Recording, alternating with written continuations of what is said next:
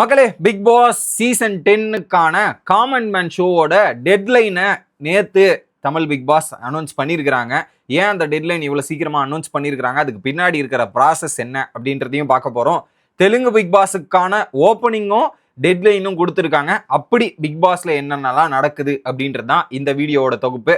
சேனலுக்கு புதுசாக இருந்தீங்கன்னா சப்ஸ்கிரைப் பண்ணிடுங்க. வீடியோவுக்கு லைக்கும் ஐப்பும் கண்டிப்பாக கொடுத்துடணும். ஃபேஸ்புக்கில் ஃபாலோ பண்ணாதவங்களும் சரி, யூடியூப்ல சப்ஸ்கிரைப் பண்ணாதவங்களும் சரி, சப்ஸ்கிரைப் பண்ணிட்டு வீடியோ பார்த்தா ரொம்ப ரொம்ப யூஸ்ஃபுல்லாக இருக்கும். இப்போ கண்டென்ட்டுக்குள்ளே போயிடலாம்.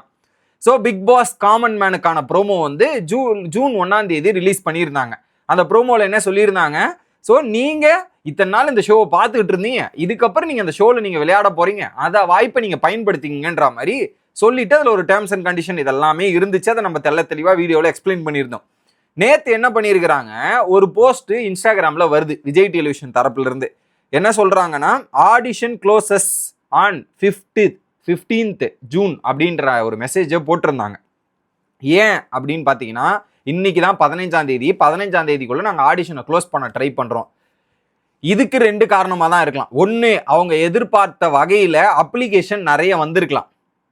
அப்ளிகேஷன் நிறைய வந்திருந்ததால தான் இவங்க டெட்லைனை கொடுக்குறாங்க. ஏன்னா இன்னும் 15 நாள் நீடிச்சா, ஸோ இப்போ ஒரு 20,000 அப்ளிகேஷன் வந்துருக்குதுன்னா இன்னும் ஒரு 15 நாளில் ஒரு 40,000 அப்ளிகேஷன். ஸோ அதுவே டபுள் மடங்காக இருக்கும்போது அந்த ஷார்ட் லிஸ்டோட ப்ரொசீஜர் வந்து டைம் எடுக்குமோ அப்படின்ற மாதிரி அந்த டீம் யோசிச்சிருக்கலாம்.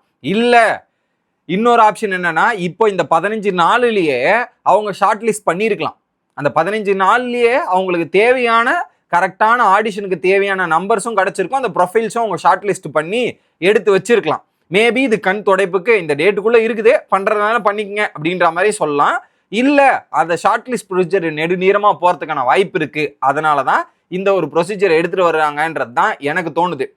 அப்போது அவங்க சொன்னாங்களே 1ஆம் தேதியிலேருந்து 30ஆம் தேதி வரையும் டைம் கொடுப்போன்ற மாதிரி தான் அந்த அக்ரிமெண்ட்டில் போட்டிருந்தது, பிக் பாஸ் அக்ரிமெண்ட்டில் அப்படின்னு நீங்கள் கேட்கலாம். ஆனால் அது கீழே ஒரு டிஸ்க்ளைமரும் ஒன்று போட்டிருந்தாங்க. ஸோ இந்த டேட்டு மேபி இன்க்ரீஸும் ஆகலாம், டிக்ரீஸும் ஆகலாம் அப்படின்ற அனௌன்ஸ்மெண்ட்டே பிக் பாஸ் டீம் சொல்லியிருந்தாங்க. எப்படி? ஸோ இந்த பிக் பாஸ் காமன் மேனோட ஆடிஷன் 1லேருந்து 30 வரையும் தான். ஆனால் அதை எக்ஸ்டெண்ட் பண்ணுறதும் ரெடியூஸ் பண்ணுறதும் எங்கள் கையில் தான் இருக்குது, டிபெண்டிங் அப்போ அந்த சுச்சுவேஷனை பொறுத்து தான் அப்படின்ற ஒரு டிஸ்க்ளைமருமே அவங்க போட்டிருந்தாங்க. அதன் வகையில் பார்க்கும்போது, ஒன்று அப்ளிகேஷன் அதிகமாக வந்திருக்கணும், அதை ஷார்ட் லிஸ்ட் ப்ரொசீஜர் இன்னும் பெருசாக போகுன்றதுக்காக இப்போ பாதியிலே நாங்கள் நிறுத்துறோம், இதுக்குள்ளேயே நீங்கள் அப்ளை பண்ணாதவங்க பண்ணிடுங்க, எதுக்கும் அப்ளை பண்ணவங்க ரீசெக் போய் பண்ணிக்கங்க. எப்படி ரீசெக் பண்ணுறதுன்றதையும் நான் சொல்கிறேன். நீங்கள் ஒரு நம்பரை போட்டு தான் அங்கே இது வெரிஃபிகேஷன் ப்ராசஸ் முடிச்சிருப்பீங்க. அந்த நம்பரை போட்டுட்டு நீங்கள் சப்மிட் பண்ணும்போது ஆல்ரெடி ரிஜிஸ்டர்டு அப்படின்னு வந்துருச்சுன்னா நீங்கள் அந்த அப்ளிகேஷன் சப்மிட் ஆயிருச்சுன்னு அர்த்தம். அப்படி வரலன்னா திரும்ப சப்மிட் பண்ணுங்க, அதுவும் இன்னைக்கு நைட்டுக்குள்ள. ஸோ 16ஆம் தேதி அதை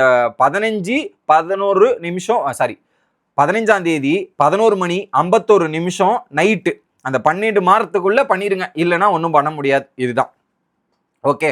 இந்த அப்ளிகேஷன் ப்ராசஸ் அதிகமாக இருந்ததால தான் இப்படி நிறுத்திருப்பாங்கன்றதான் பாயிண்ட் ஆஃப் வியூ.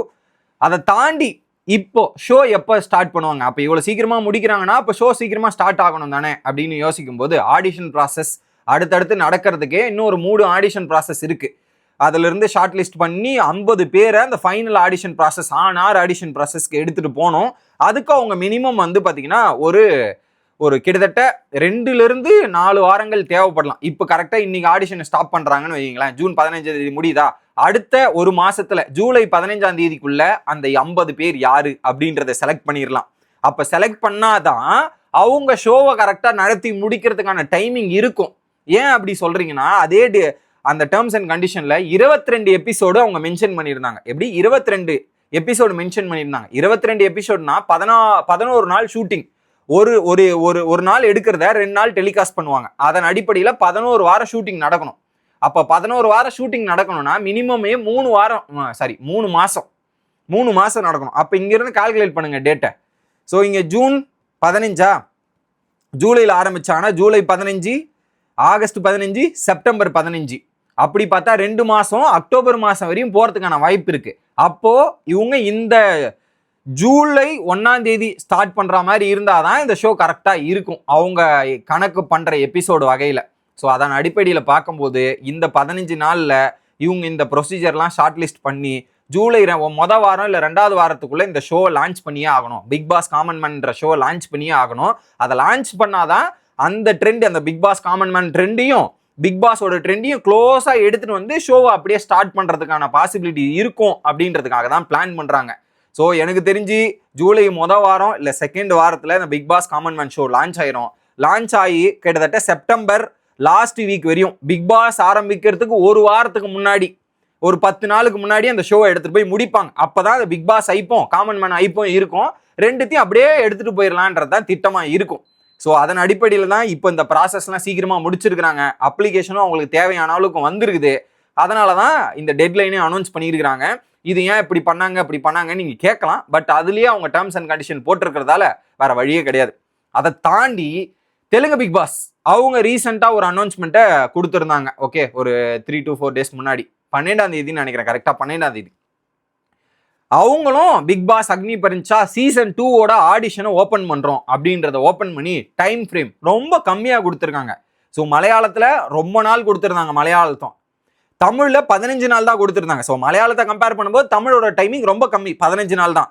ஆனா தெலுங்குல கொடுத்த டைம் எத்தனை நாள் தெரியுமா? 8 நாள், 12ஆம் தேதியில இருந்து ஜூன் 20ஆம் தேதி வரையும். ஸோ இந்த ஜூலைல நிறைய கன்ஃபியூஷன் இருக்கும், மன்னிச்சிருங்க. ஸோ ஜூன் 12 இருந்து ஜூன் 20ஆம் தேதி 8 நாள் தான் அந்த அப்ளிகேஷன் ப்ராசஸ் ஓப்பன் ஆகும். அந்த 8 நாளுக்குள்ள நீங்க போய் அப்ளிகேஷன் பண்ணிடலாம். ஏன் அவங்க மட்டும் ஃபாஸ்டா பண்றாங்கன்னா சிம்பிள் ரீசன் தான். அவங்க ஆல்ரெடி இதுக்கு இப்போ தெலுங்க பார்த்து தானே இவங்க காப்பி அடிச்சிருக்காங்க, இதெல்லாம் பண்ணியிருக்காங்க. ஸோ அவங்களுக்கு இந்த ஷோ எப்படி பண்ணணும், எந்த ரீதியில் எடுத்துட்டு போகணும், என்ன கண்டென்ட் என்ன இதுன்றது அனைத்துமே அவங்களுக்கு அக்கு வேற ஆணி வேற தெரியும். அதனால அவங்க கம்மி டேட்டை கொடுத்தாலுமே அதுக்கேற்ற மாதிரி அவங்க ஷோவை ஃபினிஷ் பண்ணுவாங்க, எடுத்துட்டு போறதுக்கான பாசிபிலிட்டிஸ் இருக்கு. ஸோ அதனால தான் இவங்க இப்படி அனௌன்ஸ் பண்ணியிருக்கிறாங்க. ஸோ இப்போ தமிழுக்கோ மலையாளத்துக்கோ அவங்க புதுசாக பண்ணுறதால அவங்க நிறைய விஷயங்கள் யோசிச்சு பண்ண வேண்டியதாக இருக்கும், டைம் எடுக்கும். ஒரு வாட்டி அவங்களும் இந்த சீசனை கம்ப்ளீட் பண்ணிட்டாங்கன்னா அடுத்து அவங்களுக்கும் கை வந்த கலையாக மாறிடும். பட் எனக்கு என்ன ஒரு வருத்தமாக இருக்க போது என்னன்னா, இதில் எதுவும் பாலிடிக்ஸ் பண்ணிடாதீங்கடா அப்படின்றது தான் எனக்கு ஒரு பயங்கர வருத்தமாக இருக்குது. ஏன்னா ஓரளவுக்கு தெலுங்குல வந்து அதுக்கேற்ற மாதிரி பண்ணியிருந்தாங்க. ஆனால் அதுலேயுமே சோசியல் மீடியாவில் கொஞ்சம் ஐப்பு இருக்கிறவங்கள தான் வந்தாங்க, அதில் மாற்றுக்கிறது இல்லை. ஆனால் ஆல்ரெடி தமிழில் காமனர்ன்ற மாதிரி ஏற்கனவே பல வாட்டி வந்திருந்தாலுமே அந்த வாய்ப்புகளை வந்து வேற மாதிரி பயன்படுத்தியிருக்காங்க. ஸோ இந்த வாட்டியாவது கரெக்டான காமனருக்கு கரெக்டான பர்சனுக்கு அந்த வாய்ப்பு போய் சேரட்டும் அப்படின்றது தான் நான் வேண்டுகோளாக வைப்பது. இதை தான் பல பேரும் ஏற்றுப்பீங்கன்னு நினைக்கிறேன். ஆனால் அதில் மலையாளம் தனித்து நிற்குதுங்க, அதில் மாற்றுக்கிறதே இல்லை. ஏன்னா காமனர்னா கரெக்டாக காமனரை எடுத்துகிட்டு வந்திருக்காங்க.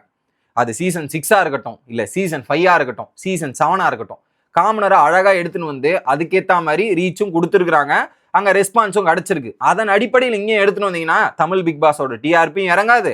அதுக்கேற்ற மாதிரி தயவு செய்து இந்த இன்ஸ்டாகிராமில் போன சீசனில் ஒரு செலக்ட் பண்ணிங்களே கண்டஸ்டன்ஸு, அந்த மாதிரி கண்டஸ்டன்ஸை இதுலேயும் செலக்ட் பண்ணி திரும்ப நாங்கள் டிஆர்பி வேணும், ஐபி வேணும், அதனால பிரபலமாக இருக்கவங்களாம் தூக்கி போடுறோன்ற மாதிரி இதில் ஷோவை போட்டு கெடுத்துறாதீங்க அப்படின்றது தான் எனக்கு சொல்ல தோணுச்சு.